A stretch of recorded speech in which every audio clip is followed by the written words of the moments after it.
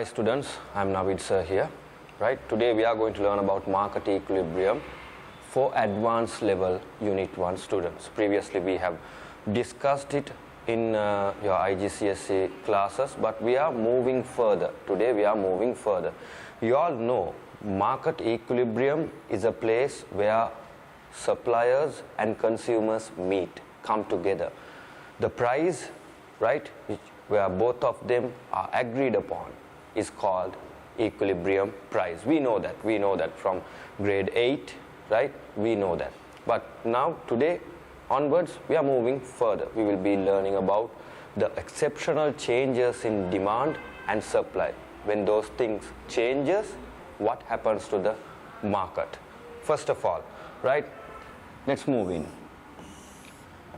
You all are familiar with this. A curve which slopes upwards is a supply curve according to the law of supply. A curve which slopes downwards is a demand curve according to the law of demand. So let's recap ourselves, right, about law of supply and law of demand. Law of supply, children, law of supply is, right, the change of quantity supplied according to a change in the price of the particular product, while other variables, other factors remains constant. Law of demand, the opposite, a change in quantity demanded for a given change in price, while other factors remains constant, right? So other factors, right, before we talk about other factors, before we recap ourselves about other factors, right, let's move further. Let's talk about excess demand and excess supply. Before that, you all have an exercise to do. You all have to plot demand and supply graphs on a diagram. You all have to show it, right, on a diagram. After that, we'll move further. This is what we call an equilibrium price, where both suppliers and consumers come together. Both of them agree together. This is what we call equilibrium price. And we know at this equilibrium price, the entire market clears. No excess, right, or no shortages, no surpluses or no shortages, right? How does a surplus occur, or how does a shortage occur? When you look at this diagram, children, when you look at this diagram, right, when the price of this particular good increases, when the price of this particular good increases, automatically according to the law of demand, as consumers, you all will demand less. When the price of the particular good goes high, you all will demand less. That's the law, while other factors remains constant. We know this. So at this price, look, the demand here, it hits the demand curve here. It hits the demand curve first of all. So quantity demand goes down. Before they demanded Q1, now they are demanding this particular quantity, QD2. But suppliers are motivated to supply more when the prices are increasing. Right? That's the law of supply. At a higher price, a higher supply. At a lower price, a very low supply. So when the price increases, what happens is the quantity supplied increases than before. Before they supplied Q1, now they are supplying this quantity, QS1. There is a shortage, an excess supply. More supply, less demand, right? So this area, the difference between the new supply and the difference between the new demand is what we call, right, it's a surplus of stocks. It's a surplus. They have supplied more. This particular surplus is known as excess supply, right? More supply, less demand. Above the equilibrium, a price which is above the equilibrium always reflects an excess supply. Keep this in your mind. Now, again, let's move Again, with the same diagram, let's talk about a shortage. Talked about a surplus previously. Now we are talking about a shortage. This is the existing equilibrium. P1, it's the market clearing price. Now, the price reduces from P1 to P2. What happens? You all know that, according to the law of demand, when the price reduces, the demand will increase. The demand will increase. But suppliers will be demotivated and they will reduce their supply according to the law of supply. So, at P2, see, the quantity supply reduces. Before, the producers, they supplied this amount, but now they are supplying this amount, right? But the demand increases at this price. The demand increases because prices were lowered down. And this area, students, this area is what we know, right? We call it, there is a shortage in the market. People are demanding more, but they are supplying only less. Even during this pandemic situation, we can see shortages of goods and services, right? So there is an excess demand. This is what we call an excess demand. So in the activity which we have given, right, according to the syllabus, you all have a massive activity to do, right? You all have to plot the demand and supply graphs, show the equilibrium and show the excess supply and show the excess demand as well.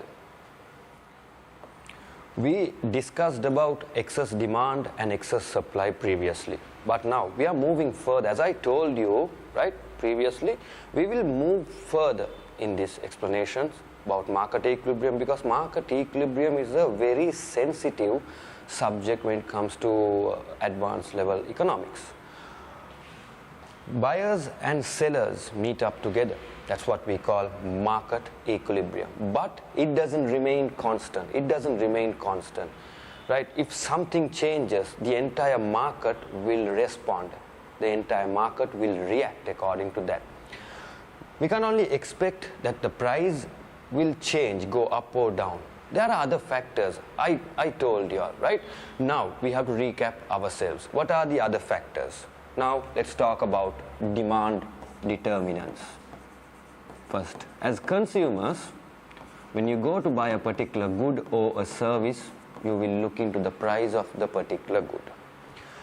Then you all know you will look into the price of substitutes. Substitute goods are the goods which you can use instead of the particular good. It's like if you don't want to have Coke, you can consume Pepsi. Those are close substitutes. And you will look into the price of complements.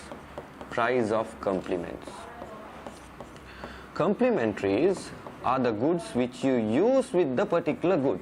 It's like for cars, we have to use petrol, right? For cars, we have to use petrol. That's what we call complements. And then consumer income. Then comes fashion and taste. Fashion and taste, and the number of buyers are also factors. So children, keep this in your mind. This is just a recap. It's in your grade 8, right? So when we go to buy a good, we will look into the price of the particular good, then we will look into the price of substitutes, then price of complements, then the consumer income. We will look into our wallet and we will decide whether we have to buy this or not. And everything depends on this as well, fashion and taste. You should have a fashion, you should have a taste for that particular product. If not, you won't consume, right? So as consumers, we will look into these aspects. When it comes to supply, as suppliers, again, when you supply a product, you will look into the price. What's the price of this particular product? If the price is higher, yes, I am willing to supply more, right? And then comes cost of production. To produce a particular good, you have to bear a cost. The cost of raw materials, you have to pay salaries, electricity, those expenses, everything is included. Everything is included. Then technology. You always can increase your supply if you have installed a good technology. If you use an outdated technology, yes, supply goes down, right? Then when it comes to technology, then comes number of suppliers, number of sellers, they say. Then the government rules, the government will impose taxes, and again they will impose subsidies. Taxes is to reduce the production. Subsidies are given in the form of a grant to increase the production, right? You all know this. When a tax is imposed, the supply will reduce. Suppliers are demotivated. They don't want to pay more taxes than before. They will reduce the supply.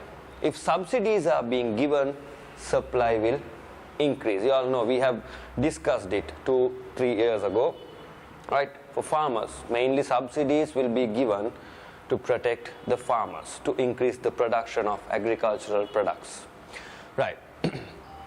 Now, changes in demand and supply. A change in both demand and supply will occur while the price of the particular good remains constant.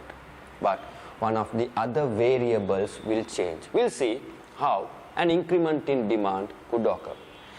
An increment in demand would occur, right, when the price of substitutes are high. When the price of substitutes are high. Think this is a market for Pepsi. Price of Coca-Cola has gone up. What happens? The Coca-Cola consumers, they will consume this particular product. Automatically, the demand for this particular product increases, because they know the price of Coca-Cola has gone up. Pepsi's price is constant, so people, they will come to drink Pepsi. There will be an increment in demand. What happens? Again, the new equilibrium point D1 and S meets. Automatically prices goes up while the quantity rises. That is not the only factor where an increment in demand could occur. When the price of complements goes down, yes, the demand for this particular product will increase. Think that the price of petrol goes down. What happens to the demand for cars? The demand for cars will rise because petrol is cheaper than before. And income, when your incomes are rising constantly, practically you all will demand for more goods. You all will demand for more goods. Again, there will be an increment in demand now. During this pandemic situation, right, most of them are jobless. The unemployment is high, so the consumer income has gone down. So we'll discuss about that. When the consumer income goes down, you will always lower your demand. So now I have given you all a hint regarding the next aspect. We are going to talk about a reduction in demand. First of all, let's clear this. Right.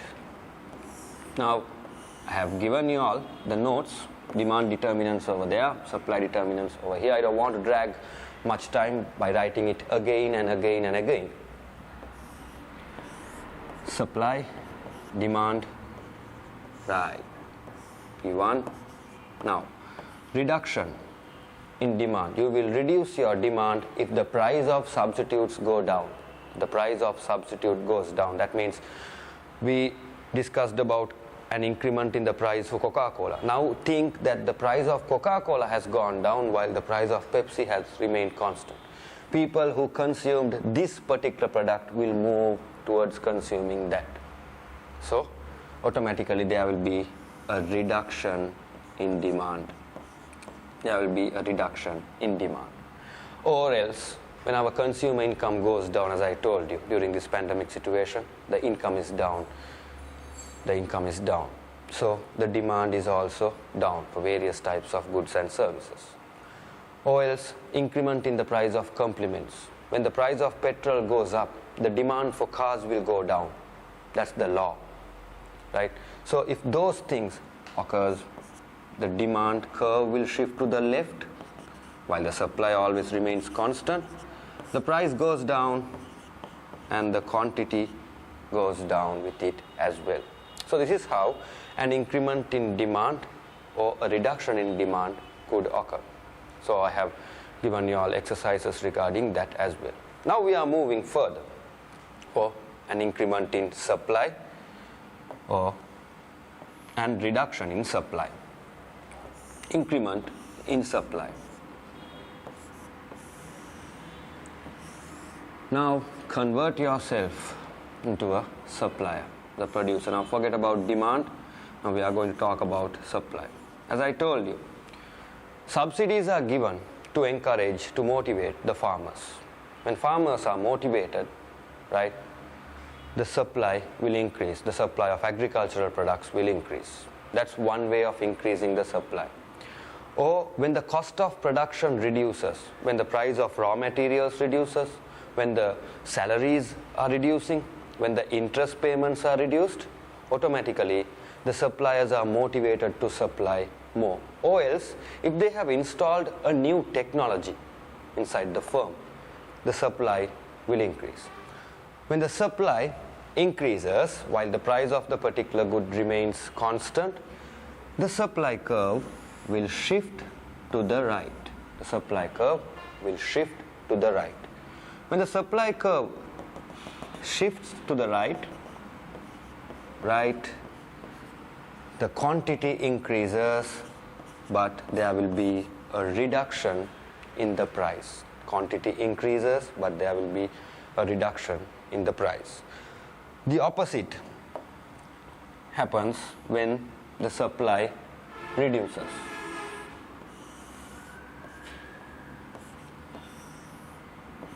Now again we have to discuss the opposite of those supply determinants. When the government imposes a tax, taxes are being imposed to demotivate the production, mostly value-added taxes. We will discuss it on the 13th chapter in AS Unit 1.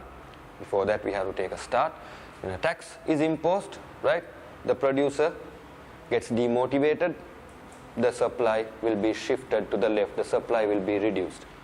Right? Or the cost of production is increasing. If the laborers are demanding for more salaries, if the prices of raw materials are increasing, the producer is demotivated because you can't change the price, no? You can't change the price. The price should remain constant for a certain period of time.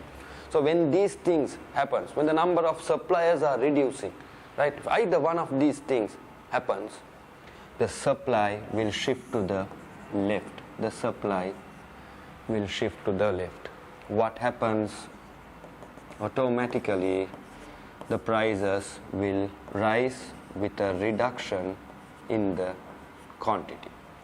So children, this is how changes in both demand and supply could occur.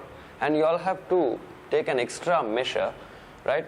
You all have to draw curves separately, right? Changes in both demand and supply at the same time. That means increment in supply and increment in demand at the same time. Or reduction in demand and reduction in supply at the same time. Do it, right? And we will meet in the next lesson. Thank you.